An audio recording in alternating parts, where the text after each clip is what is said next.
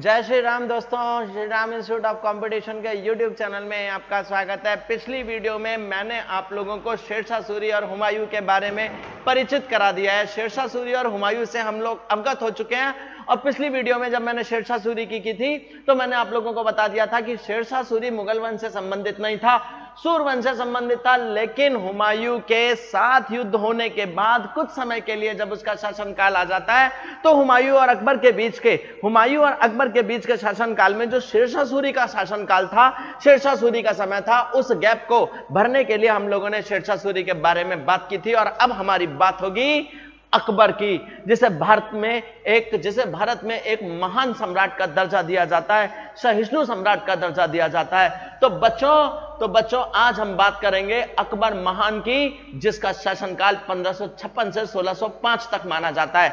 लेकिन बात करने से पहले एक बात समझते हैं कि यूं जमीन पर बैठकर क्यों आसमान देखता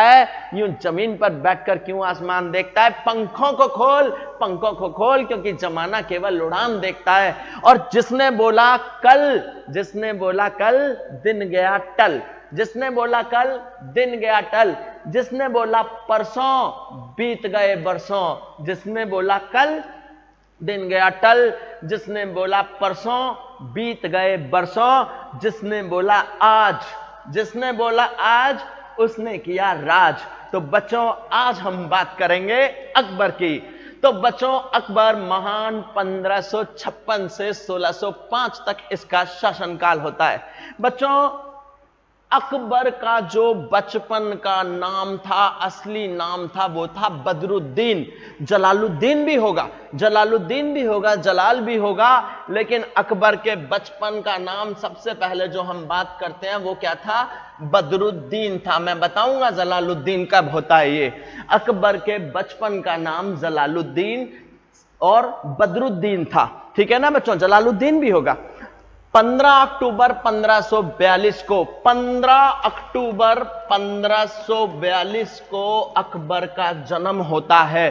15 अक्टूबर 1542 को अकबर का जन्म होता है। कहां होता है? अमरकोट में।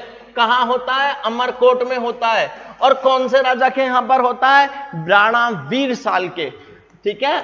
अमरकोट के राणा वीर साल के महल में। क्यों? क्योंकि हुमायूं उस समय शेरशाह सूरी से बचता हुआ भाग रहा है। 15 अक्टूबर 1542 को अमरकोट में राणा वीर साल के महल में अकबर का जन्म होता है बच्चों। और अकबर किस किस का बेटा था हम बात कर चुके हैं। अकबर बेटा था हुमायूं और हमीदा बानो का। अकबर किस किस का बेटा था? अकबर बेटा था हुमायूं का और हमीदा बानो का। नोट्स भी बनेंगे और स्लाइड्स भी दिखाऊंगा। अकबर किस किस का बेटा था? हुमायूं और हमीदा बानो का। अब मैं आपको बताता हूं 1546 में क्या होता है? बदरुद्दीन का खतना। 1546 में क्या होता है? किसका? बदरुद्दीन का खतना। जिस समय इसका खतना होता है उस समय हुमायूं इसको नाम देता है जलालुद्दीन मोहम्मद अकबर, ठीक है?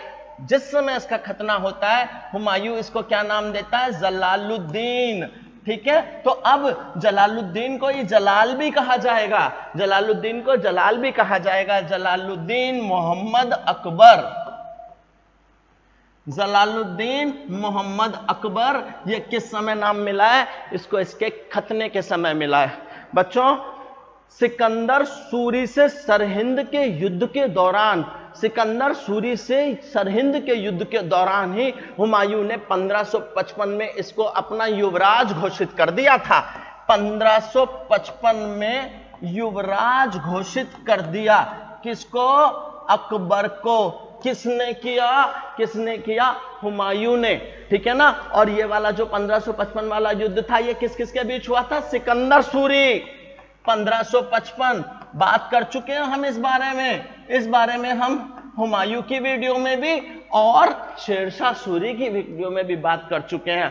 1555 में सरहिंद का युद्ध जीतते समय इसको किस नाम से घोषित कर दिया गया? क्या पदवी दे दी गई? युवराज की पदवी दे दी गई मेरे दोस्तों, ठीक है ना? तो अब हम बात करते हैं अकबर की। चल रही है बात हमारी किसकी? अकबर की। अब हुमायूं की मृत्यु के बाद बैरम खान ने, हुमायूं मर जाता है, आप लोगों को पता था कि 1556 के शुरुआत में ही हुमायूं की मृत्यु हो जाती है। अब जब अल्प आयु का ये बच्चा अपने पिता की मृत्यु के तुरंत बाद ही क्या बन जाता है? शासक बन जाता है। और शासक बनने की अभी इसकी उम्र तो है नहीं, क्योंकि मात्र 13 साल 4 महीने का था ये। तो इसके जो संरक्षक होते हैं वो कौन बनते हैं? बैरम खान बनते हैं, ठीक है ना। तो बैरम खान जो होते हैं वो कौन थे? हुमायूं के संरक्षक, ठीक। तो बच्चों, बैरम खान हुमायूं की मृत्यु के बाद कलानौर नामक स्थान पर बैरम खान कलानौर नामक स्थान पर 14 फरवरी वैलेंटाइंस डे, 14 फरवरी 1556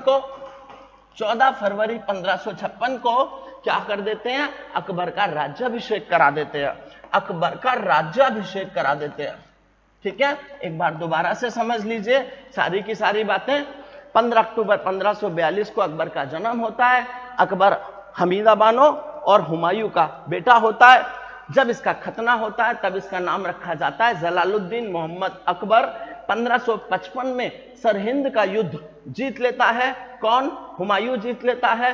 किससे जीत लेता है? सिकंदर सूरी से जीत लेता है। और अकबर को क्या घोषित कर दिया जाता है? युवराज घोषित कर दिया जाता है। हुमायूं की मृत्यु हो जाती है सीढ़ियों से गिरकर। आप लोगों को बता रखा था मैंने, दीन पना भवन के पुस्तकालय की सीढ़ियों से गिरकर हुमायूं की मृत्यु हो जाती है। और जब उसकी हुमायूं की मृत्यु हो जाती है तो अल्प आयु में ही इस व्यक्ति को, यानी अकबर को, यानी इस बालक को क्या करना पड़ता है? युवराज को, जो अभी युवराज है, राजा बनाना पड़ता है। 14 फरवरी 1556 को एक वफादार व्यक्ति जिनका नाम है बैरम खान, गुरदासपुर के पास कलानौर नामक स्थान पर अकबर का राज्याभिषेक कर देते हैं, ठीक है। गुरदासपुर के पास कलानौर नामक स्थान पर 14 फरवरी 1556 को राज्याभिषेक कर देते हैं, ठीक है। और अब ये किस उपाधि के साथ बैठता है सत्ता पर? ये जिस उपाधि के साथ बैठता है उस उपाधि का नाम है जलालुद्दीन मोहम्मद अकबर बादशाह गाजी, ठीक है। अकबर जलालुद्दीन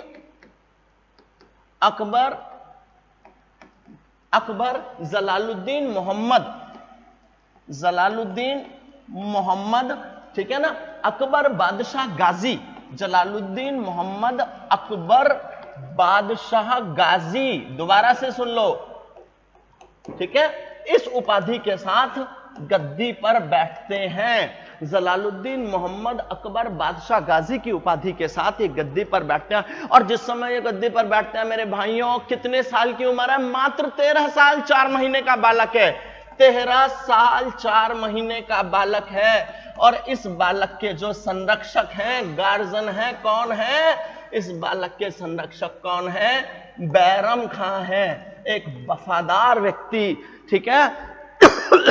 बैरम खां है, 13 साल 4 महीने की उम्र में वो इसके ये राजा बन जाता है और बैरम खान इसके संरक्षक रहते हैं। बैरम खान थे कौन? बैरम खान एक कराईकुल तुर्क थे, ठीक है। बैरम खान क्या थे? कराईकुल। बैरम खान कराईकुल तुर्क थे, ठीक है ना, तुर्क जाति के थे, ठीक है बच्चों। ये 1556 से 1560 तक, 1556 से 1560 तक, जब तक अकबर ने थोड़ा सा चीजों को समझने की कोशिश नहीं की, ठीक है ना, ठीक है, तब तक ये इसके संरक्षक रहे, ठीक बच्चों, तब तक ये इसके संरक्षक रहे। बच्चों एक योग्य और साहसी सैनिक थे, दक्ष सेनापति थे। और सबसे बड़ी बात, हुमायूं ने बैरम खान को अमीर का पद दिया था। हुमायूं ने इसको किसका पद दिया? अमीर का पद, ठीक है। किसको? बैरम खान को। हुमायूं ने बैरम खान को किसका पद दिया था? अमीर का पद दिया था, ठीक है ना बच्चों। अब हम एक बार हल्का सा जहां तक हमारी बात हुई है इस चीज को हम पढ़ते हुए चलते हैं, रिवाइज करते चलते हैं। Akbar the great emperor, Akbar के बचपन का नाम क्या बताया गया आपको? बदरुद्दीन। जलालुद्दीन कब होगा? आगे चल के बता चुका हूं आप लोगों को, जलालुद्दीन आगे चलकर हो जाएगा। 15 अक्टूबर 1542 को अमरकोट के राणा वीरसाल के महल में इनका जन्म होता है। ठीक है ना बच्चों। अकबर ने, मैंने आपको बताया सरहिंद के युद्ध के समय में हुमायूं ने इसको अपना युवराज घोषित कर दिया था। हुमायूं ने अपना युवराज घोषित कर दिया था इसको। हुमायूं की मृत्यु के बाद बैरम खान ने गुरदासपुर के पास कलानौर नामक स्थान पर 14 फरवरी 1556, डेट भी तुम्हें याद रहेगी वैलेंटाइंस डे की, 14 फरवरी 1556 को अपना राज्याभिषेक करवाया। बैरम खान ने अकबर का राज्याभिषेक 14 फरवरी 1556 को करवाया बच्चों। जलालुद्दीन मोहम्मद अकबर बादशाह गाजी की उपाधि के साथ सिंहासन पर बैठे और तब इनकी आयु कितनी थी? मात्र 13 साल 4 महीने। ठीक है बच्चों। और एक ईरानी विद्वान थे जिनका नाम था अब्दुल लतीफ। ईरानी विद्वान अब्दुल लतीफ कौन थे? अकबर के शिक्षक थे। अकबर के शिक्षक थे ईरानी विद्वान अब्दुल लतीफ। चलिए इससे आगे की हम बात करते हैं। मैंने बताया जलालुद्दीन मोहम्मद अकबर बादशाह गाजी की उपाधि धारण करते हैं। 13 साल 4 महीने की उम्र में ये राजा बन जाते हैं, सम्राट बन जाते हैं। इनके संरक्षक होते हैं बैरम खान, जो कि एक कराईकल तुर्क है। 1556 से 1560 तक बैरम खान इनके संरक्षक के तौर पर रहते हैं। और हुमायूं ने बैरम खान को किसका पद दिया था? अमीर का पद दिया था। हुमायूं ने बैरम खान को अमीर का पद दिया था। अच्छा बच्चों, अकबर के जो गुरुजी थे, शिक्षक, अकबर के जो शिक्षक थे उनका नाम था अब्दुल लतीफ। अकबर के गुरुजी का नाम क्या था? अब्दुल लतीफ।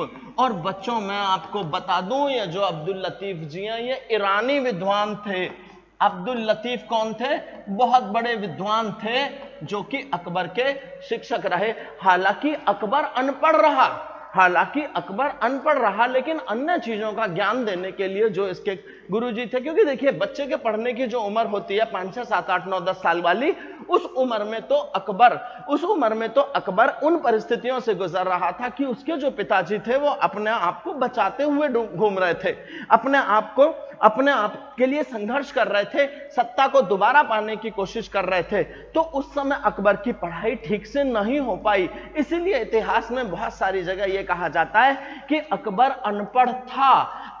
अनपढ़ था। लेकिन इतिहास में यह भी बहुत सारी जगह से पता चलता है कि ईरानी विद्वान जो थे वो अब्दुल लतीफ, वो अकबर के शिक्षक थे। ठीक है ना बच्चों। अब बच्चों अकबर ने बैरम खान को वकील यानी वजीर नियुक्त कर दिया। ठीक है ना। अकबर ने बैरम खान को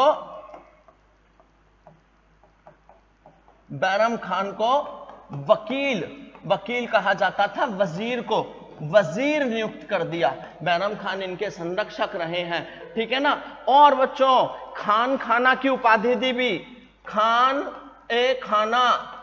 ठीक है, खाने खाना। आगे चलकर अब्दुल रहीम को ये साथ भी ये उपाधि जुड़ेगी, खाने खाना की उपाधि भी दी अब्दुल रहीम के साथ भी। ठीक है ना, ये उपाधि जुड़ेगी। अकबर ने बैरम खान को खान बाबा या खानी बाबा भी कहते थे। ठीक है, खाने खाना, खानी बाबा भी या खान बाबा भी कहा जाता था बैरम खान को। ठीक है ना बच्चों। बैरम खान की हत्या कर दी गई बच्चों।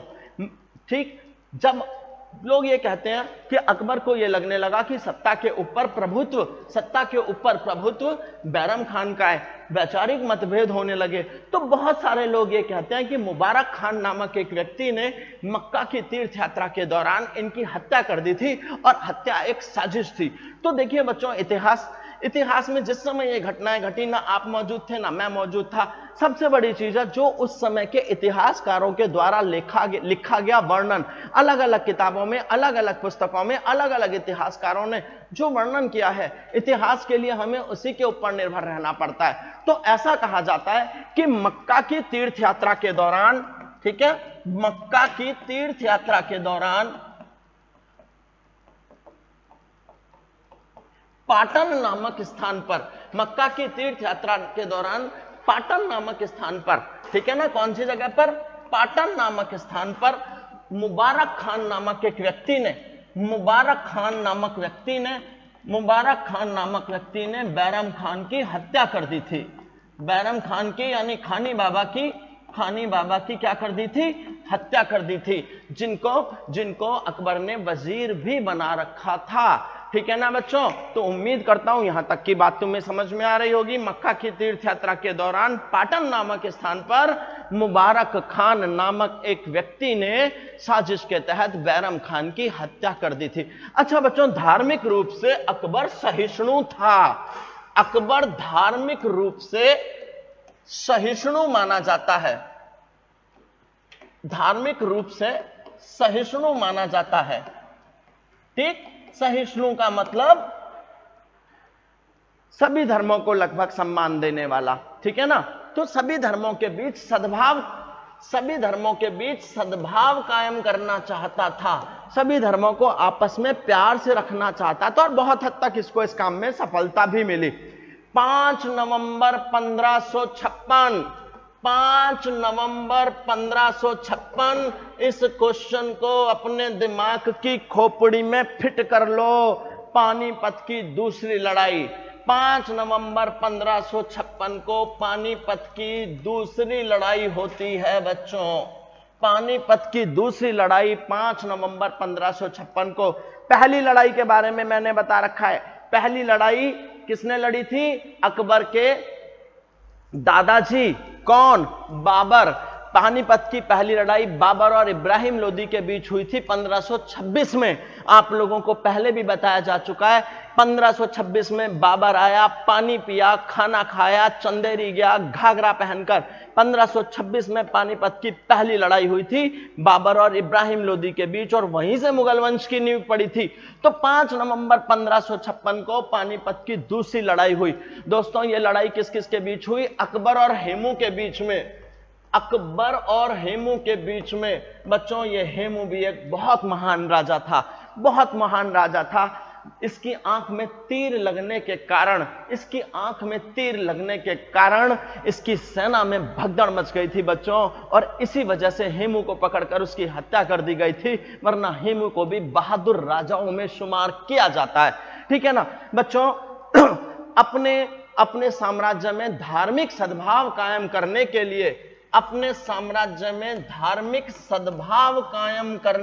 लिए, अकबर ने क्या किया? अकबर ने जजिया कर समाप्त कर दिया। अकबर ने धार्मिक सद्भाव लागू करने के लिए जजिया कर समाप्त कर दिया। ठीक है ना बच्चों? जजिया कर समाप्त कर दिया। और जजिया कर किससे लिया जाता था? जजिया कर लिया जाता था हिंदुओं से। जजिया कर लिया जाता था हिंदुओं से। इससे पहले भी कई सारे शासक इस कर को लगा चुके हैं। अकबर हटा देगा, आगे चलकर औरंगजेब फिर से लगा देगा।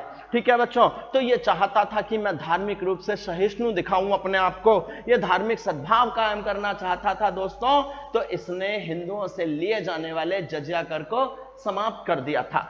अब हम बात करेंगे अकबर के दरबार के नवरत्नों की। अकबर के दरबार में थे नवरत्न, और थोड़ा थोड़ा सा इन सब नवरत्नों की स्पेशलिटी के बारे में भी हम जानते रहेंगे। ठीक है ना? तो अकबर के दरबार में 9 रत्न थे। आइए यहां तक की सारी चीजें हम बढ़ते चलें। हम ये बात कर चुके हैं, अकबर के जो शिक्षक थे वो ईरानी विद्वान थे जिनका नाम था अब्दुल लतीफ। चलिए बच्चों, सम्राट बनने पर अकबर ने अपने संरक्षक बैरम खान को वकील यानी वजीर नियुक्त किया और खाना की उपाधि से सम्मानित किया, अलंकृत किया। बच्चों, जितनी डिटेल मैं आपको बता रहा हूं, देखिए इससे भी ज्यादा, बहुत ज्यादा मेरे पास डिटेल मौजूद है जितनी मैं आपको बता रहा हूं, लेकिन एक पेपर की दृष्टि से और वीडियो की लंबाई की दृष्टि से जितनी चीजें इंपॉर्टेंट हैं मैं आपको वो निचोड़ दे रहा हूं। उस निचोड़ को अगर आप कर लेते हैं और मेरी पीछे से लेकर अब तक की सीरियल वाइज वीडियो देख लेते हैं, हम लोग एक सिस्टम से चल रहे हैं, बिल्कुल कंटिन्यूटी में चल रहे हैं। अगर आप पीछे की वीडियो भी देख लेते हैं तो इतिहास में आपकी अच्छी खासी कमांड हो जाएगी। ठीक है ना बच्चों? तो सम्राट बनने पर अकबर ने अपने संरक्षक बैरम खान को वकील यानी वजीर नियुक्त कर दिया और खाना की उपाधि दे दी। और 1556 से 1560 तक बैरम खान कौन होते हैं? इनके संरक्षक होते हैं, और आगे चलकर एक साजिश के तहत इनकी हत्या भी करवा दी जाएगी। ठीक है ना बच्चों?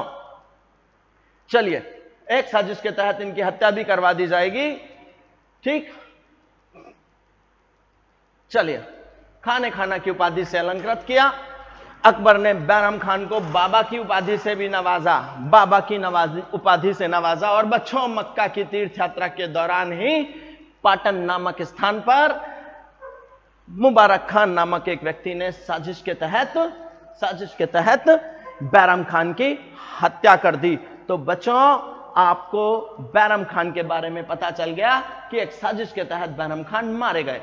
अकबर की धार्मिक नीति का उद्देश्य सभी धर्म के लोगों के बीच सद्भाव कायम करना था और इसमें उसने बहुत सफलता भी प्राप्त करी। और अपने आप को धार्मिक सद्भाव कायम करने के कारण ही उसने हिंदुओं पर लगने वाले जजिया कर को समाप्त कर दिया था, ताकि हिंदुओं की सहानुभूति को वो बटोर सके। अकबर और हेमू के बीच 5 नवंबर 1556, दिमाग में अंकित कर लो, इसको दिमाग में अंकित कर लो। ये पानीपत का पहला युद्ध, दूसरा युद्ध और तीसरा युद्ध अक्सर पेपरों में पूछे जाते हैं मेरे भाइयों। 5 नवंबर 1556 को पानीपत की दूसरी लड़ाई हुई। हेमू की आंख में तीर लगने के कारण उसकी सेना में भगदड़ मच गई और हेमू को मार दिया गया, उसकी हत्या कर दी गई हेमू की। ठीक है। अकबर के दरबार में 9 रतन थे। अकबर के दरबार में 9 रतन थे बच्चों, जो उसकी रसोई घर के प्रमुख थे, रसोई घर के प्रधान थे। वो थे हकीम हुकाम। कौन थे? हकीम हुकाम। 9 रतन तो थे ही थे। 9 रतन के अलावा जो उसकी रसोई घर के प्रधान रसोइये थे, उनका क्या नाम था? हकीम हुकाम। हकीम हुकाम को भी एक बहुत महत्वपूर्ण स्थान प्राप्त था। ठीक है बच्चों, अब मैं आपको बताता हूं अकबर के दरबार के 9 रतन और उन 9 रत्नों की बढ़िया थोड़ी सी मेन क्वालिटी। आइए बच्चों, आज जानते हैं अकबर के 9 रत्नों को। बीरबल के बारे में तो तुम में से ज्यादातर जानते ही होंगे, लेकिन बीरबल के अलावा 8 लोग और थे। एक से एक हीरा, एक से एक डायमंड, एक से एक बेहतरीन व्यक्ति। चलिए बच्चों, 9 रत्न के बारे में सुन लीजिए। बीरबल, अबुल फजल, टोडरमल, तानसेन, मानसिंह, अब्दुल रहीम खान खाना, भगवान दास, मुल्ला दो प्याजा और फैजी। दोबारा से सुन लीजिए। बीरबल, अबुल फजल, टोडरमल, तानसेन, मानसिंह, मुल्ला दो प्याजा, अब्दुल रहीम खान खाना, भगवान दास और फैजी। और अब हम इन 9 रत्नों के बारे में थोड़ा, इससे ज्यादा जान पाना हमारे लिए संभव नहीं है, क्योंकि हम बहुत ज्यादा डीप नहीं जा पाएंगे। हमारे लिए एग्जाम, कॉम्पिटिटिव एग्जाम क्रैक करना सबसे बड़ी प्राथमिकता है। ठीक है ना बच्चों? और कॉम्पिटिटिव एग्जाम बड़े मजे से आप लोग इस चीज से, इस जीके से निपटा दोगे। बड़े मजे से आप लोग इतिहास की जानकारी हासिल कर लोगे। चलो बच्चों, बढ़ते हैं हम आगे। कौन से 9 रतन? बीरबल, अबुल फजल, टोडरमल, तानसेन, मानसिंह, अब्दुल रहीम खान खाना, भगवान दास, मुल्ला दो प्याजा और फैजी। आइए शुरू करते हैं अब हम अपनी कहानी बीरबल से, क्योंकि सबसे प्रमुख तो बीरबल ही थे। अगर आप लोगों ने बीरबल के बारे में जाना हो, सुना हो, तो बीरबल पहली बार जब अकबर से मिलने आए, दिमागदार आदमी थे, बहुत ज्यादा दिमागदार। असली नाम था महेश दास। तो भैया इनसे मिलने के लिए, अकबर से मिलने के लिए जब ये आए, तो जो दरबारी था, जो दरबान था, जो एंट्री करने देता था, उसने कहा भाई राजा से नहीं मिल सकते आप? इन्होंने कहा यार मिलना जरूरी है। वो बोला नहीं मिल सकता भाई। बोला रिश्वत ले ले। वो बोला ठीक है चल, तू रिश्वत दे दियो मेरे को, और जैसे भी मैं तुझे मिलवा देता हूं, बता रिश्वत क्या तय की जाए।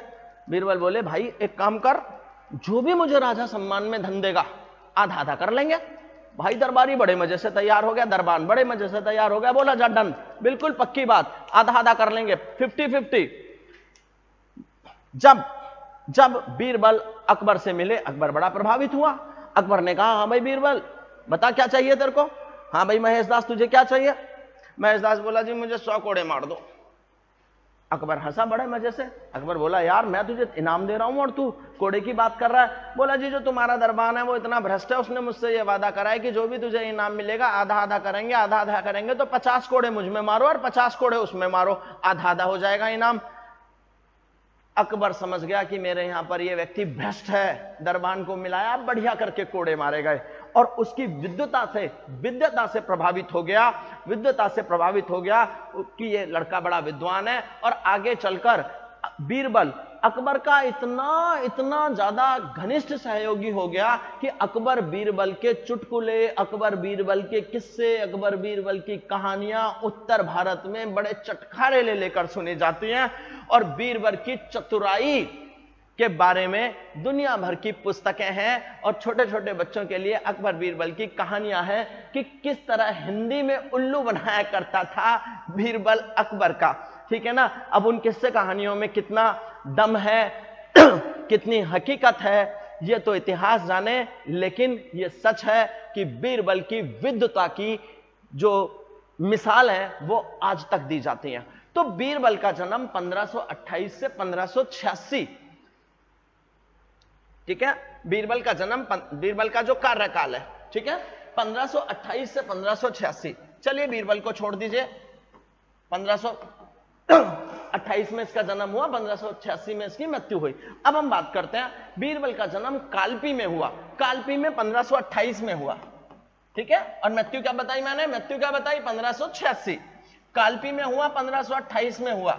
बीरबल का जन्म 1528 में कालपी में हुआ। और बीरबल किस परिवार से संबंधित था, बीरबल था ब्राह्मण परिवार से संबंधित, पंडित जी थे ये, बीरबल ब्राह्मण परिवार से संबंधित था। और इनके बचपन का नाम क्या था, अभी अभी मैंने बताया था, महेश दास। विद्वान थे, विद्वान थे, विद्वान का मतलब हाजिर जवाब थे, चतुर दिमाग थे, चतुराई थी। बीरबल का जन्म 1528 में हुआ, कालपी नामक स्थान पर हुआ, ब्राह्मण परिवार में हुआ और बचपन का नाम था महेश दास। अकबर ने इनको कविराज की और राजा की उपाधि दी थी, अकबर ने इनको कविराज और राजा की उपाधि दी थी, ठीक है, राजा की उपाधि दी थी। कई बार यह क्वेश्चन पूछा जाता है कि अकबर के दीन इलाही को मानने वाला एकमात्र हिंदू राजा बीरबल, ठीक है ना। अकबर ने इनको कविराज और राजा की उपाधि दी थी। ये अकबर के नवरत्नों में सबसे बेस्ट था, अकबर के नवरत्नों में सबसे बेहतरीन था, ठीक है। और ये अंतिम हिंदू राजा था, बीरबल एकमात्र हिंदू राजा था, एकमात्र हिंदू राजा था जिसने क्या किया था, दीन इलाही धर्म को स्वीकार किया था, जिसने दीन इलाही धर्म को स्वीकार किया था। बहुत पूछे जाने वाले क्वेश्चन में से एक है ये, बताइए वो एकमात्र हिंदू राजा जिसने दीन इलाही धर्म को स्वीकार किया। अकबर ने इसे नगरकोट, कांगड़ा और कलिंजर की जागीर भी दी थी। अकबर ने इसे नगरकोट, ठीक है, किसकी बात कर रहे हैं, बीरबल की बात कर रहे हैं। कहां कहां की, नगरकोट की, कांगड़ा की और कलिंजर की। नगरकोट, कांगड़ा और कलिंजर की उपाधि भी दी थी, मतलब उपाधि नहीं, जागीर। अकबर ने इसको नगरकोट, कांगड़ा और कलिंजर की जागीर प्रदान की थी, ठीक है ना बच्चों, जागीर प्रदान की थी। और बच्चों 1583 में इसको न्याय विभाग का सर्वोच्च अधिकारी बना दिया गया,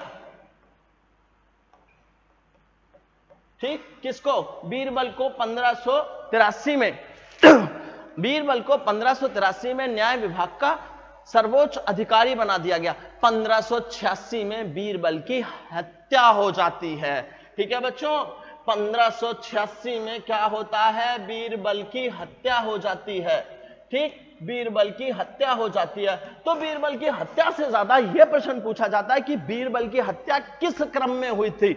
मैं आपको बता दूं, यूसुफ जाइयों ने विद्रोह किया था, यूसुफ जाइयों ने विद्रोह किया था। इस विद्रोह को दबाने के दौरान, यूसुफ जाइयों के विद्रोह को दबाने के दौरान बीरबल की हत्या हो गई थी, बीरबल को मार दिया गया था यूसुफ जाइयों के विद्रोह को दबाने के दौरान।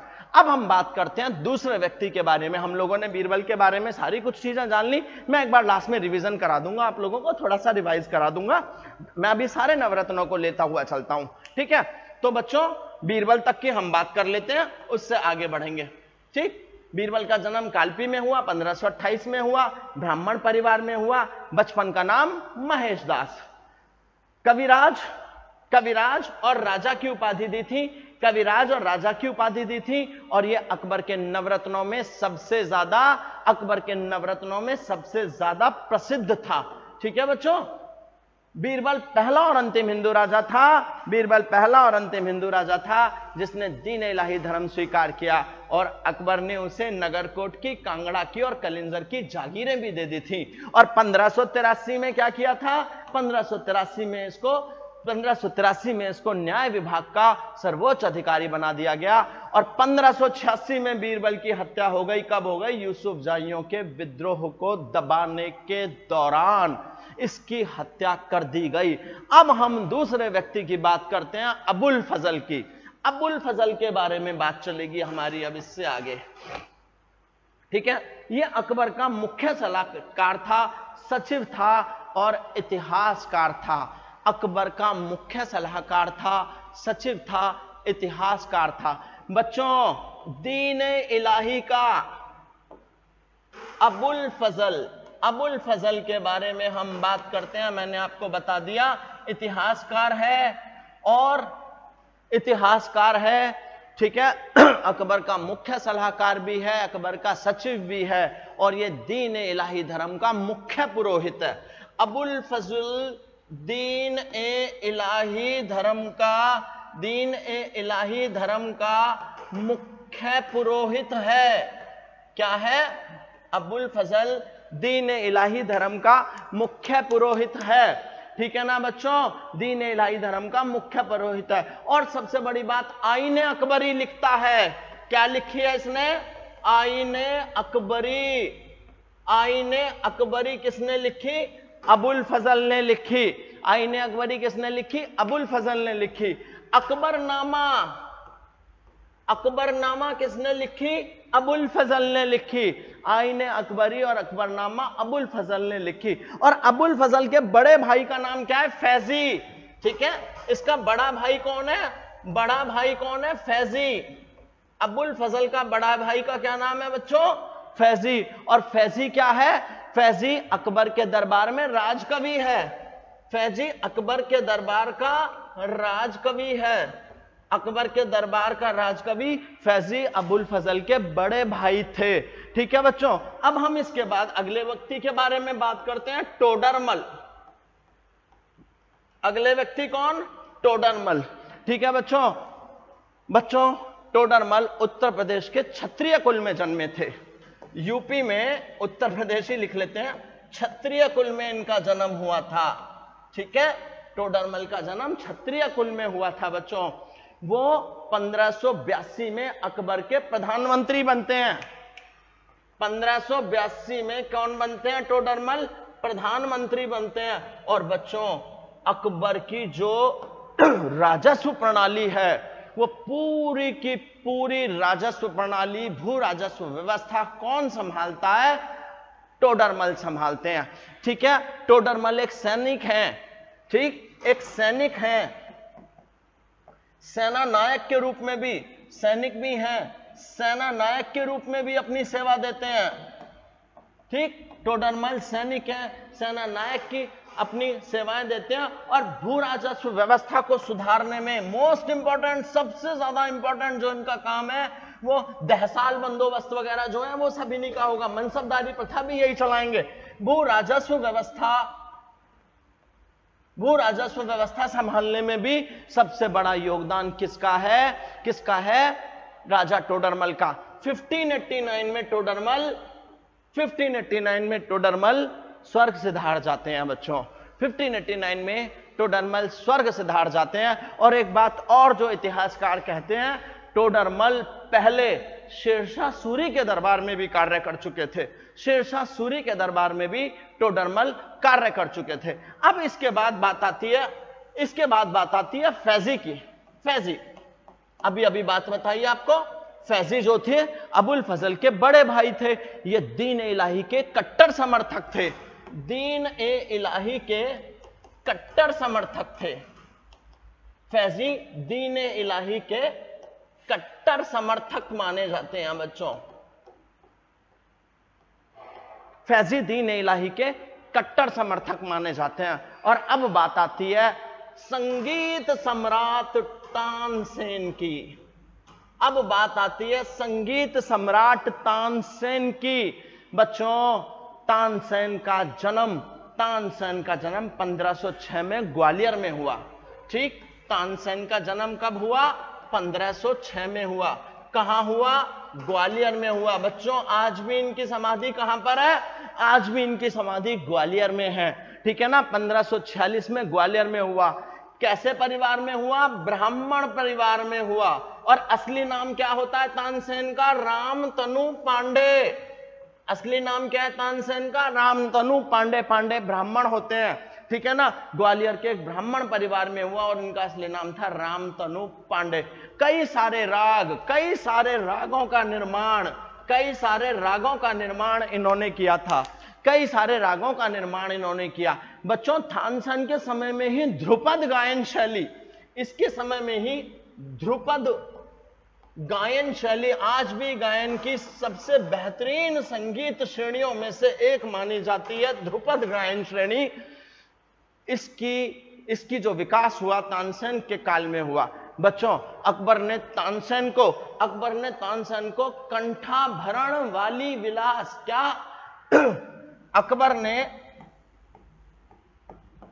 इन्हें कंठाभरण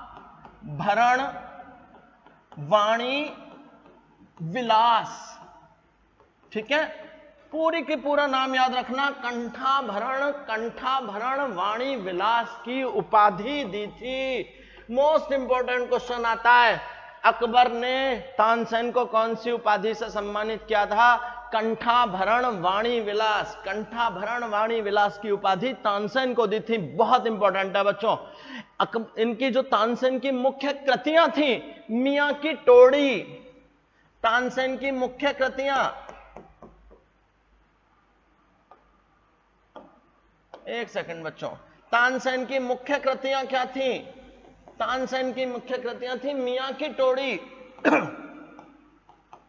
मियां की टोड़ी, मियां की मल्हार, मियां की टोड़ी, मियां की मल्हार, ये सब क्या है? मशहूर कृतियां हैं इनकी। मियां की सारंग, मियां की सारंग, मियां की टोड़ी, मियां की मल्हार, मियां की सारंग और दरबारी कान्हड़ा। दरबारी कान्हड़ा पूरी डिटेल जितनी मैं आपको दे सकता हूं, मैं इससे भी ज्यादा डिटेल दे सकता हूं, लेकिन वो बहुत बहुत ज्यादा डीप हो जाएगा। बच्चों, अकबर संगीत प्रिय था। अकबर संगीत प्रिय था, ठीक है ना, अकबर संगीत प्रिय था। और एक बड़ा मशहूर यंत्र हुआ करता था नक्कारा। आप लोगों ने देखी होगी वो नगाड़ा, नगाड़ा, नगाड़ा, जिसे आप नगाड़ा कहते हो, उसे नक्कारा कहा जाता था। और वो नक्कारा कौन बजाया करता था? वो नक्कारा बजाया करता था अकबर, ठीक है ना। अकबर संगीत प्रिय था, ठीक, और ये नक्कारा, नक्कारा नामक यंत्र बजाया करता था। अकबर संगीत प्रिय था और नक्कारा नामक यंत्र बजाया करता था। और बच्चों देखिए, अब हमें तो ये पूरा करना ही पड़ेगा, 9 के 9 नवरत्न तो पूरे करने ही पड़ेंगे, ठीक है ना। बच्चों, अकबर के समकालीन थे स्वामी हरिदास, ठीक, नक्कारा नामक यंत्र बनाया करता था स्वामी हरिदास, ठीक। इनके बारे में इतना कुछ फेमस है कि बच्चों इन जैसा कोई व्यक्ति नहीं था, ठीक है ना। स्वामी हरिदास अकबर के समकालीन थे, ठीक, स्वामी हरिदास इनके समकालीन थे। बच्चों, इतने महान संगीतज्ञ थे, अकबर ने हर संभव कोशिश करी कि ये किसी तरह से उसके सामने गाने आ जाएं, मेरे दरबार में गाने आ जाएं, मेरे सामने अपना संगीत प्रस्तुत करें। लेकिन स्वामी हरिदास किसी भी शर्त पर अकबर के दरबार में पैसे के लिए आकर गाने के लिए तैयार नहीं हुए। तब अकबर को खुद वृंदावन में जाना पड़ा और स्वामी हरिदास के सामने इंतजार करना पड़ा। और जब स्वामी हरिदास का खुद का मन हुआ, अकबर के कहने से नहीं, पैसे के लालच से नहीं, मरने के डर से नहीं, ठीक है ना। अकबर ने उनको धमकी भी दी कि किसी भी तरह से आओ, तुम्हारी गर्दन कटवा देंगे या फिर तुम्हें पैसा दे देंगे, किसी भी तरह से अपना संगीत प्रस्तुत करो, मैं तुम्हारा संगीत सुनना चाहता हूं। नहीं सुनाया बंदे ने। उन्होंने कहा जब मेरा खुद का मन होगा, जब मेरा खुद का मन होगा तब मैं संगीत सुनाऊंगा। तो बच्चों, स्वामी हरिदास अकबर के समकालीन थे, स्वामी हरिदास अकबर के समकालीन थे। और बच्चों, इन्होंने किसी भी शर्त पर अपना संगीत नहीं सुनाया। इनका संगीत सुनने के लिए अकबर को खुद वृंदावन में इनकी कुटिया में जाना पड़ा था, ठीक है ना बच्चों। बीरबल के बारे में हम बात कर ही चुके हैं कि बीरबल उच्च कोटि का हाजिर जवाब था और हास्यकार था, ठीक है ना। हाजिर जवाब था और हास्यकार था, ठीक। तो अब हम यहां तक बात करते हैं। अबुल फजल अकबर का मुख्य सलाहकार था, सचिव था, इतिहासकार था। बच्चों, नवरत्न पूरे करने पड़ेंगे, हालांकि अकबर रह जाएगा, अगली वीडियो में हम अकबर को ले लेंगे, अभी मैं नवरत्न पूरे कराएंगे। अबुल फजल ने आईने अकबरी लिखी, अकबरनामा लिखी। अबुल फजल के बड़े भाई का नाम फैजी था और ये राजकवि थे। टोडरमल का जन्म उत्तर प्रदेश के क्षत्रिय परिवार में हुआ था, ठीक है। वो 1582 में अकबर के प्रधानमंत्री बने थे। टोडरमल सेना नायक के रूप में, सैनिक के रूप में, भू राजस्व व्यवस्था के सुधारक के रूप में अकबर को अपनी सेवाएं देते हैं, ठीक है बच्चों।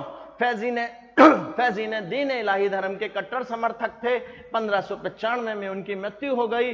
बीरबल उच्च कोटि के हाजिर जवाब थे और हास्यकार भी थे। बीरबल उच्च कोटि के हाजिर जवाब और हास्यकार थे। संगीत सम्राट तानसेन के बारे में भी बात कर चुके हैं। असली नाम था रामतनु मांडे। 1506 में ग्वालियर में एक ब्राह्मण परिवार में जन्म हुआ, ठीक है, और कई सारे रागों का निर्माण किया, ठीक। तानसेन के समय में ध्रुपद गायन शैली का विकास हुआ। तानसेन को कंठाभरण वाणी विलास की उपाधि से अकबर ने सम्मानित किया। ये सारी चीजें मैं आपको बता चुका हूं, ठीक है ना। तानसेन की प्रमुख कृतियां थी मियां की टोडी, मियां की मल्हार, ठीक है ना, और मियां की सारंग, दरबारी कान्हड़ा। अकबर संगीत प्रेमी था और खुद नक्कारा नामक वाद्य यंत्र बजाया करता था। और हरिदास के बारे में भी मैंने आपको बता दिया कि अकबर इनका संगीत सुनने के लिए बहुत ज्यादा इच्छुक था, लेकिन इन्होंने किसी भी शर्त पर अकबर के दरबार में ना पैसे के लालच से और ना भय से आने का कुछ नहीं माने नहीं। और फिर अंत में अकबर को इनके संगीत सुनने के लिए जाना पड़ा वृंदावन में, इनकी कुटिया में, तब जाकर अकबर इनका संगीत सुन पाया, ठीक है ना बच्चों, ठीक। बच्चों, मुझे लगता है हम लोगों को यहीं तक रखना चाहिए, क्योंकि मुझे ये वीडियो आपसे सुननी भी है। मैं अपने क्वेश्चंस अपनी क्लास में बच्चों से सुनता भी हूं, ठीक है ना। तो मुझे लगता है हमें वीडियो यहीं तक रखनी चाहिए और अगली वीडियो 1 या 2 दिन में ही आपको जल्दी से जल्दी मिलेगी। तो बच्चों, आज के लिए मैं इतना ही रखूंगा और जाने से पहले केवल एक ही बात करूंगा।